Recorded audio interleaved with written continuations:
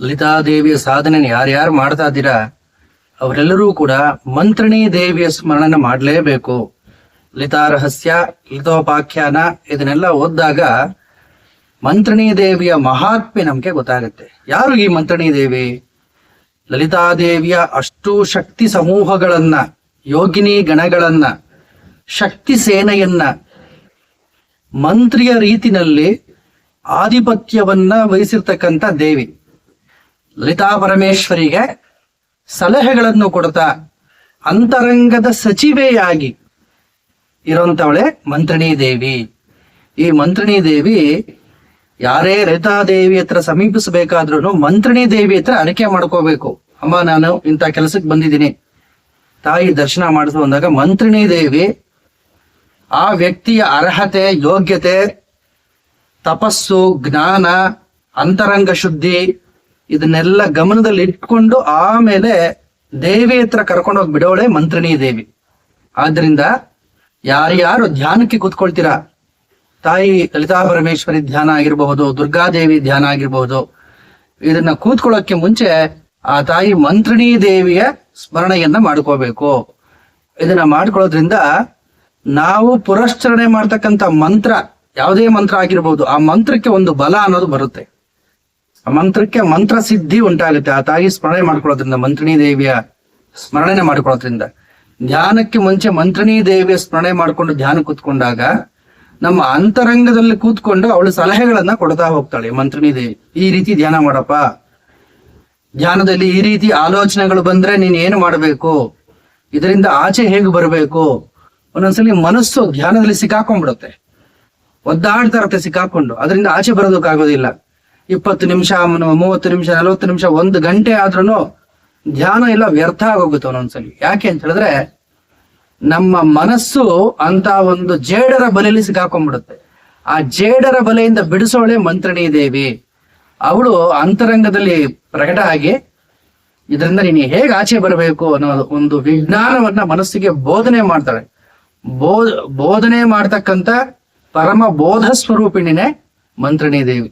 ಆದ್ರಿಂದ ಲಲಿತಾದೇವಿಯ ಸಾಧನೆ ಮಾಡುವವರೆಲ್ಲ ಮಂತ್ರಿಣೀ ದೇವಿಯನ್ನ ಸ್ಮರಣೆ ಮಾಡಲೇಬೇಕು.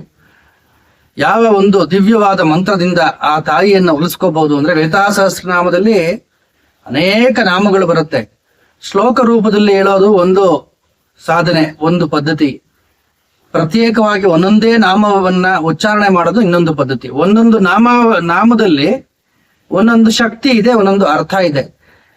ವಿನೂತನವಾದ ಭಾವ ಸಾಮ್ರಾಜ್ಯಕ್ಕೆ ನಮ್ಮನ್ನ ಕರ್ಕೊಂಡು ಹೋಗುತ್ತೆ. ಲಲಿತಾ ಸಹಸ್ರನಾಮದ ಅರ್ಥವನ್ನ ತಿಳ್ಕೊಂಡು ಒಂದೊಂದೇ ನಾಮವನ್ನ, ಒಂದು ನಾಮ ಅಂತ ತಗೊಳ್ಳಿ, ಅದರ ಅರ್ಥ ತಿಳ್ಕೊಳ್ಳಿ, ಅದನ್ನ ಮನನ ಮಾಡ್ತಾ ಹೋಗಿ, ವಿನೂತನವಾದ ಲೋಕದಲ್ಲಿ ನಿಮಗೆ ಅದನ್ನ ಕರ್ಕೊಂಡು ಹೋಗುತ್ತೆ. ದಿವ್ಯವಾದ ಭಾವ ಧ್ಯಾನದಲ್ಲಿ ಇರಬಹುದು, ಜಪದಲ್ಲಿ ಇರಬಹುದು. ಪ್ರಮುಖ ಪಾತ್ರ ವಹಿಸೋದು ಯಾವ್ದಪ್ಪ ಅಂದ್ರೆ ಭಾವಸಿದ್ಧಿ.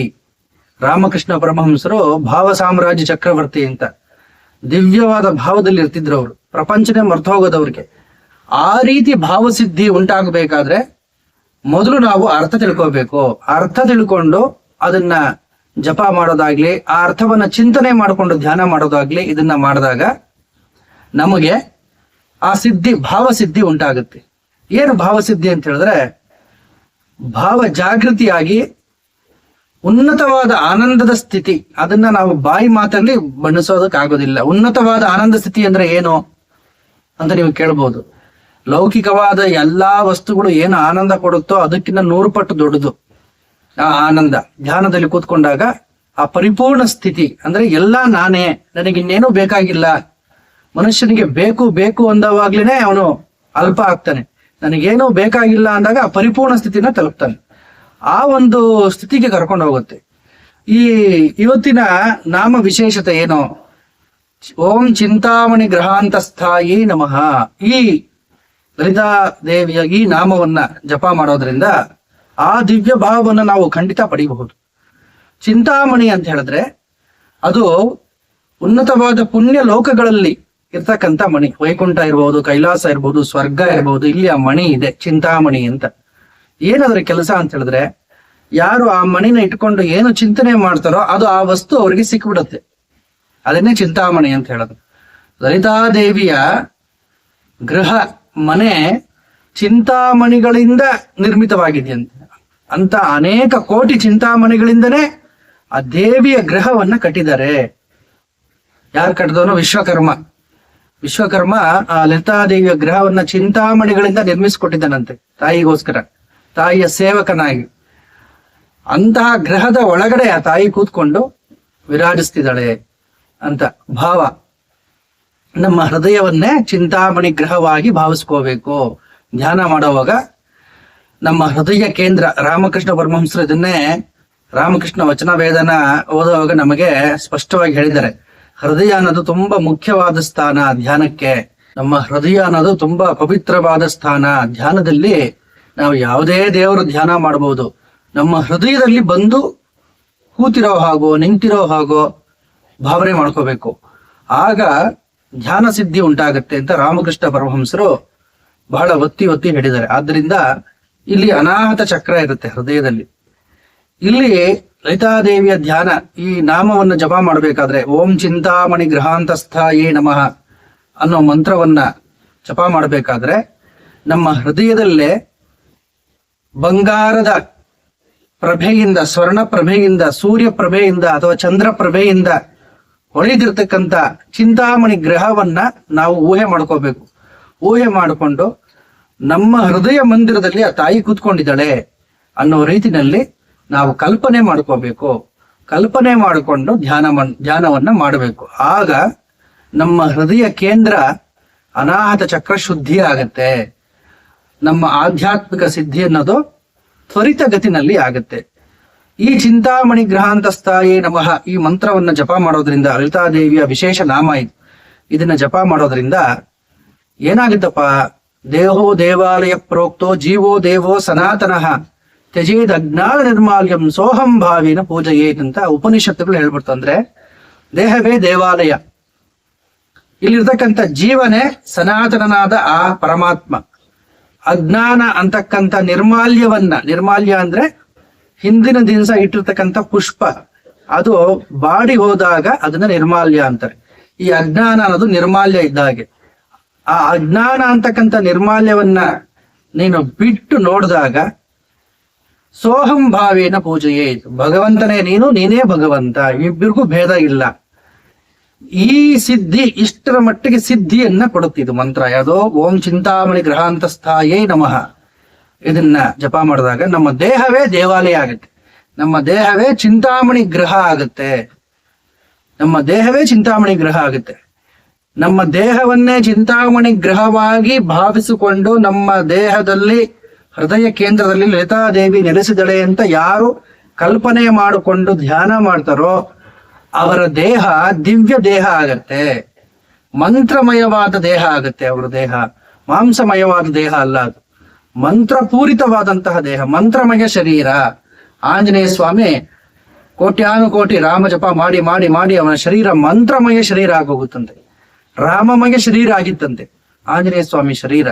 ರೋಮಗಳಲ್ಲೂ ರಾಮನಾಮವನ್ನ ಧರಿಸಿ ಎಲ್ಲಿ ಅವನ ಒಂದು ರೋಮ ಕೆಳಗಡೆ ಬಿದ್ರೂ ಸಹ ಅಲ್ಲಿ ಕೋಟಿ ಲಿಂಗ ಉತ್ಪತ್ತಿ ಆಗುತ್ತೆ. ಮಹಾಭಾರತದಲ್ಲಿ ಕತೆ ಬರುತ್ತೆ. ಆಂಜನೇಯ ಸ್ವಾಮಿ ಭೀಮನಿಗೆ ತನ್ನ ಮುಂದೆಲೇ ಇರತಕ್ಕಂಥ 5 ಕೂದಲನ್ನ ಕೊಡ್ತಾನೆ ಸ್ವರ್ಗಕ್ಕೆ ಹೋಗ್ಬೇಕಾದ್ರೆ. ಪುರುಷಾಮೃಗಗಳು ನಿನ್ನನ್ನು ಬೆನ್ನಟ್ಟದಾಗ ಒಂದೊಂದು ಕೂದಲನ್ನ ಚೆಲ್ಲು ಮಗು, ಒಂದೊಂದು ಕೋಟಿ ಲಿಂಗ ಉದ್ಭವ ಆಗತ್ತೆ ಅಂತ. ಅಷ್ಟು ಮಂತ್ರ ಸಿದ್ಧಿಯನ್ನ ಆಂಜನೇಯ ಸ್ವಾಮಿ ಪಡ್ಕೊಂಡಿದ್ದ. ಹೇಗೆ? ಅವನ ದೇಹವೇ ರಾಮಾಲಯ ಆಗಿತ್ತು. ಆಂಜನೇಯ ಸ್ವಾಮಿಯ ದೇಹವೇ ಅಯೋಧ್ಯೆ. ತನ್ನ ದೇಹವನ್ನೇ ಅಯೋಧ್ಯೆಯನ್ನಾಗಿ ಭಾವಿಸಿಕೊಂಡು ಹೃದಯದಲ್ಲಿ ರಾಮನನ್ನ ಪ್ರತಿಷ್ಠಾಪನೆ ಮಾಡ್ಕೊಂಡಿದ್ದ ಆಂಜನೇಯ ಸ್ವಾಮಿ. ಅದೇ ರೀತಿ ಸಾಧಕರೆಲ್ಲರೂ, ಲಲಿತಾದೇವಿಯ ಸಾಧಕರೆಲ್ಲರೂ ತಮ್ಮ ದೇಹವನ್ನ ಚಿಂತಾಮಣಿ ಗ್ರಹವಾಗಿ ಮಾರ್ಪಡಿಸ್ಕೋಬೇಕು. ಯಾರ್ಯಾರಿಗೆ ಮನೆಯಲ್ಲಿ ವಾಸ್ತು ಸಮಸ್ಯೆ ಇದೆ, ನಮ್ಮನೇಲಿ ಆ ಸಮಸ್ಯೆ ಈ ಸಮಸ್ಯೆ, ಮನೆಗೆ ಬಂದ್ ಕೂಡ್ಲೆ ಗಲಾಟೆ ಆಗುತ್ತೆ, ಜಗಳ ಆಗುತ್ತೆ, ಇವರಿಗೆಲ್ಲರಿಗೂ ಸಹ ಪರಿಣಾಮಕಾರಿಯಾಗಿ ಮಂತ್ರ ಕೆಲಸ ಮಾಡುತ್ತೆ. ಅವ್ರ ಮನೆ ಇರ್ತಕ್ಕಂಥ ವಾಸ್ತುದೋಷ ಪರಿಹಾರ ಆಗುತ್ತೆ. ಮನೆಯಲ್ಲಿ ಧನಾತ್ಮಕವಾದ ಚಿಂತನೆ ಬರುತ್ತೆ, ಪಾಸಿಟಿವ್ ಎನರ್ಜಿ ಬರುತ್ತೆ ಮನೆಯಲ್ಲಿ, ಮನೆ ಕಟ್ಟೋ ಯೋಗ ಬರುತ್ತೆ. ಅವರು ಅನೇಕ ಗ್ರಹಗಳನ್ನ ನಿರ್ಮಾಣ ಮಾಡ್ತಕ್ಕಂಥ ಸಾಮರ್ಥ್ಯವನ್ನ ಆ ತಾಯಿ ಕೊಡ್ತಾಳೆ. ಹೀಗೆ ಈ ಮಂತ್ರದ ಸಾಮರ್ಥ್ಯ ಇಷ್ಟೇ ಅಂತ ನಾವು ನಿಗದಿ ಮಾಡಿ ಹೇಳೋದಕ್ಕಾಗೋದಿಲ್ಲ. ಶರೀರದಲ್ಲಿ ಇರ್ತಕ್ಕಂಥ ಕಾಯಿಲೆಗಳು ದೂರ ಆಗುತ್ತೆ. ಯಾವಾಗ ಮನುಷ್ಯ ಭಗವಂತನನ್ನ ತನ್ನ ದೇಹದಲ್ಲಿ ಕಲ್ಪನೆ ಮಾಡಿಕೊಂಡು ಧ್ಯಾನ ಮಾಡ್ತಾನೋ ಅವನ ಶರೀರದಲ್ಲಿ ಆ healing power, self healing power ಪ್ರತಿಯೊಬ್ಬ ಮನುಷ್ಯನಲ್ಲೂ ಇದೆ. ಆಟೋ ಹೀಲಿಂಗ್ ಪವರ್ ಅಂತ, ತನ್ನನ್ನು ತಾನೇ ಗುಣಪಡಿಸ್ಕೊಳ್ಳುವಂತ ಶಕ್ತಿ ಇದು ವೃದ್ಧಿ ಆಗುತ್ತೆ. ಯಾವಾಗ ಅದು ಅವರವರ ಇಷ್ಟ ದೇವತೆ ಯಾವ್ದು ಬೇಕಾದ್ರೂ ಆಗಿರ್ಬಹುದು. ಈಗ ಶಿವನನ್ನ ಧ್ಯಾನ ಮಾಡೋರು ದೇಹವನ್ನೇ ಕೈಲಾಸವನ್ನಾಗಿ ಕಲ್ಪನೆ ಮಾಡಿಕೊಂಡು ನನ್ನ ದೇಹದಲ್ಲಿ ಪರಮೇಶ್ವರ ನೆಲೆಸಿದನೆ ಅಂತ ಭಾವನೆ ಮಾಡ್ಕೊಂಡು ಧ್ಯಾನ ಮಾಡೋದ್ರಿಂದ ಅದೊಂದು ರೀತಿಯ ಅನುಭವ.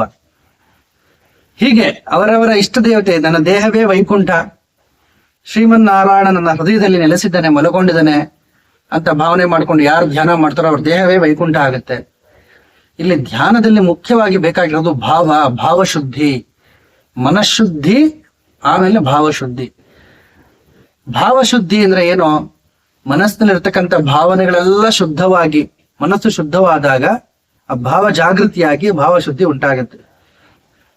ಆದ್ರಿಂದ ಈ ಸಾಧನೆನ ಮಾಡ್ಕೊಂಡು ಹೋಗ್ಬಹುದು. ಓಂ ಚಿಂತಾಮಣಿ ಗೃಹಾಂತಸ್ಥಾಯಿ ನಮಃ. ಲಲಿತಾದೇವಿ ಆ ಚಿಂತಾಮಣಿ ಗ್ರಹದ ಒಳಗಡೆ ಕೂತ್ಕೊಂಡು ಆಕೆ ಏನು ಸಂಕಲ್ಪ ಮಾಡಿದ್ರು ಅದು ನೆರವೇರುತ್ತೆ. ಆಕೆ ಸಂಕಲ್ಪ ಅಂದ್ರೆ ಏನು? ವಿಶ್ವ ರಕ್ಷಣೆಗೆ ಸಂಕಲ್ಪ. ಪರಮೇಶ್ವರನ ಸಂಕಲ್ಪ ಏನಿದೆಯೋ ಅದನ್ನ ಅರ್ಥಕೊಂಡು, ಶಿವನ ಸಂಕಲ್ಪ, ಸದಾಶಿವ ಕಾಮೇಶ್ವರನ ಸಂಕಲ್ಪ ಏನಿದೆಯೋ ಅವನ ಹೃದಯವನ್ನು ತಿಳ್ಕೊಂಡು ಅದನ್ನ ಮನಸ್ಸಿನಲ್ಲಿ ಪರಿಭಾವಿಸಿ ಆ ದೇವಿ ಚಿಂತಾಮಣಿ ಗ್ರಹದ ಒಳಗೆ ಕೂತ್ಕೊಂಡು ಪರಿಭಾವಿಸಿದಾಗ ಅದು ಕಾರ್ಯರೂಪಕ್ಕೆ ಬಂದ್ಬಿಡುತ್ತೆ. ಸೃಷ್ಟಿ, ಸ್ಥಿತಿ, ಲಯ, ಇಚ್ಛಾಶಕ್ತಿ, ಜ್ಞಾನಶಕ್ತಿ, ಕ್ರಿಯಾಶಕ್ತಿ, ಈ ಮೂರೂನು ಇಚ್ಛೆ ಇದ್ರೇನೆ ಸೃಷ್ಟಿ ನಡೆಯೋದು. ಇಂಥ ಕೆಲಸ ಮಾಡಬೇಕು, ಇಂಥ ಒಂದು ಸೃಷ್ಟಿ ನಡೀಬೇಕು ಅಂತ ಭಗವಂತನ ಮನಸ್ಸಿನಲ್ಲಿ ಒಂದು ಕಲ್ಪನೆ ಬಂದಾಗ ಅದು ಕಾರ್ಯರೂಪಕ್ಕೆ ಬಂದ್ಬಿಡುತ್ತೆ. ದೇವಿ ಇಚ್ಛಾಶಕ್ತಿ, ಜ್ಞಾನಶಕ್ತಿ, ಕ್ರಿಯಾಶಕ್ತಿ ಸ್ವರೂಪಿಣಿ. ಇಚ್ಛೆನ ಹೇಗೆ ಕಾರ್ಯರೂಪಕ್ಕೆ ತರೋದು ಆ ಜ್ಞಾನನು ಕೊಡೋಳು ದೇವಿನೇ. ಕಾರ್ಯರೂಪಕ್ಕೆ ತರಬೇಕಾದ್ರೆ ಏನೇನು ಕೆಲಸಗಳು ನಡೀಬೇಕು, ಕ್ರಿಯಾಶಕ್ತಿ, ಅದನ್ನ ಕೊಡೋಳು ದೇವಿನೇ. ಈ ಮೂರು ಶಕ್ತಿಗಳ ಸಮ್ಮಿಲನವೇ ಆ ಚಿಂತಾಮಣಿ ಗ್ರಹ. ಆ ಚಿಂತಾಮಣಿ ಗ್ರಹದಲ್ಲಿ ಇಚ್ಛಾಶಕ್ತಿ, ಜ್ಞಾನಶಕ್ತಿ, ಕ್ರಿಯಾಶಕ್ತಿಗಳು ದೇವಿಯ ದಾಸಿಯರಾಗಿ ಕೆಲಸ ಮಾಡ್ತಿದೆ. ಯಾರು ತಮ್ಮ ದೇಹವನ್ನೇ ಚಿಂತಾಮಣಿ ಗ್ರಹವಾಗಿ ಭಾವಿಸ್ಕೊಂಡು ಲಲಿತಾ ಪರಮೇಶ್ವರಿಯನ್ನ ಧ್ಯಾನ ಮಾಡ್ತಾರೆ ತಮ್ಮ ಹೃದಯ ಮಂದಿರದಲ್ಲಿ, ಅವರಿಗೆ ಇಚ್ಛಾಶಕ್ತಿ, ಜ್ಞಾನಶಕ್ತಿ, ಕ್ರಿಯಾಶಕ್ತಿಗಳು ಸಮೀಕರಣ ಆಗುತ್ತೆ, ಒಂದೇ ಸರಳ ರೇಖಿನಲ್ಲಿ ಬರುತ್ತೆ. ಬರೀ ಇಚ್ಛೆ ಒಂದಿದ್ರೆ ಸಾಲದು, ಅದನ್ನ ಯಾವ ರೀತಿ ಎಕ್ಸಿಕ್ಯೂಟ್ ಮಾಡಬೇಕು ಅನ್ನೋ ಒಂದು ಜ್ಞಾನ ಇರಬೇಕು. ಬರೀ ಜ್ಞಾನ ಇದ್ರೆ ಸಾಲದು, ಅದನ್ನ ಹೇಗೆ ನಾವು ಕಾರ್ಯರೂಪಕ್ಕೆ ತರಬೇಕು ಅನ್ನೋ ಕ್ರಿಯಾಶಕ್ತಿನೂ ಇರಬೇಕು. ಉದಾಹರಣೆಗೆ ನನಗೆ ಏನೋ ಒಂದು ಪುಸ್ತಕವನ್ನ ಬರಿಬೇಕು ಅನ್ನೋ ಒಂದು ಇಚ್ಛೆ ಬಂತು, ಒಳ್ಳೇದೆ. ಅದನ್ನ ಹೇಗೆ ಬರಿಬೇಕು ಅನ್ನೋ ಜ್ಞಾನನೂ ಇರಬೇಕು. ಹೇಗೆ ಪ್ರಿಂಟ್ ಮಾಡಿಸ್ಬೇಕು, ಹೇಗೆ ಸರ್ಕ್ಯುಲೇಷನ್ ಮಾಡಬೇಕು, ಇದು ಕ್ರಿಯಾಶಕ್ತಿ. ಈ ಮೂರು ಇರಬೇಕು ಮನುಷ್ಯನಲ್ಲಿ. ಇದರಲ್ಲಿ ಯಾವ್ದಾದ್ರೂ ಒಂದು ಲೋಪ ಆದಾಗ ಅವನು ಏನು ಕೆಲಸನೂ ಮಾಡೋದಕ್ಕಾಗೋದಿಲ್ಲ. ಈ ಮೂರನ್ನು ಮನುಷ್ಯನಲ್ಲಿ ಜಾಗೃತಿ ಉಂಟು ಮಾಡೋದು ಯಾವುದು ಅಂತ ಹೇಳಿದ್ರೆ, ಯಾವಾಗ ಮನುಷ್ಯ ಆ ಚಿಂತಾಮಣಿ ಗ್ರಹದ ಧ್ಯಾನವನ್ನ ಮಾಡಿಕೊಳ್ತಾನೆ. ಅದಕ್ಕೆ ಪ್ರತಿಯೊಬ್ಬರು ಲಲಿತಾ ರಹಸ್ಯ, ಲಲಿತೋಪಾಖ್ಯಾನ ಇದನ್ನ ಓದಬೇಕು. ಇದನ್ನ ಓದಿದಾಗ ಆ ಚಿಂತಾಮಣಿ ಗ್ರಹ ಹೇಗಿದೆ ಅನ್ನೋ ವರ್ಣನೆ ಬರುತ್ತೆ. ಯಾವ ದಿಕ್ಪಾಲಕರಲ್ಲಿ ಕಾವಲಿದ್ದಾರೆ, ಎಷ್ಟು ಪ್ರಾಕಾರಗಳಿದೆ ಆ ಚಿಂತಾಮಣಿ ಗ್ರಹಕ್ಕೆ. ಲೋಹದ ಪ್ರಾಕಾರ, ಚಿನ್ನದ ಪ್ರಾಕಾರ, ವಜ್ರದ ಪ್ರಾಕಾರ, ಹೀಗೆ ವರ್ಣನೆಗಳು ಬರುತ್ತೆ. ಎಷ್ಟು ಉದ್ಯಾನವನಗಳಿದೆ, ಎಷ್ಟು ಐರಾವತಿಗಳಿದೆ, ಎಷ್ಟು ಕುದುರೆಗಳಿದೆ, ಎಷ್ಟು ಸೈನ್ಯಗಳಿದೆ, ಅಂಗರಕ್ಷಕರು ಯಾರು, ಶಕ್ತಿ ದೇವತೆಗಳು ಯಾರು, ಒಂದೊಂದು ಪ್ರಾಕಾರಕ್ಕೂ ಇವೆಲ್ಲ ವರ್ಣನೆ ಇದೆ. ಇದನ್ನ ಓದಿ ಚಿಂತಾಮಣಿ ಗ್ರಹವನ್ನ ತಮ್ಮ ಹೃದಯದಲ್ಲಿ ಭಾವನೆ ಮಾಡ್ಕೊಳ್ಳೋದು ಒಂದು ವಿಧಾನ. ನಮ್ಗೆ ಓದಕ್ ಶಕ್ತಿ ಇಲ್ಲ ಗುರುಗಳೇ, ನಾವೇನು ಮಾಡೋದು ಅಂತ ಹೇಳಿದ್ರೆ, ಆ ಭಗವತಿಗೆ ಶರಣಾಗಿ ದಿವ್ಯವಾದ ಒಂದು ಗ್ರಹವನ್ನ ನೀವೇ ಕಲ್ಪನೆ ಮಾಡ್ಕೊಳ್ಳಿ. ಆ ಭಗವತಿ ದಾರಿ ತೋರಿಸ್ತಾರೆ. ಮಂತ್ರಿಣೀ ದೇವಿ, ನಾನು ಹೇಳಿದೆ, ಮಂತ್ರಿಣೀ ದೇವಿಯ ಧ್ಯಾನವನ್ನು ಮಾಡಿಕೊಂಡೇ ನಾವು ಮುಂದೆ ಸಾಗಿದಾಗ ಸಂಸಿದ್ಧಿ ಅನ್ನೋದು ಉಂಟಾಗುತ್ತೆ.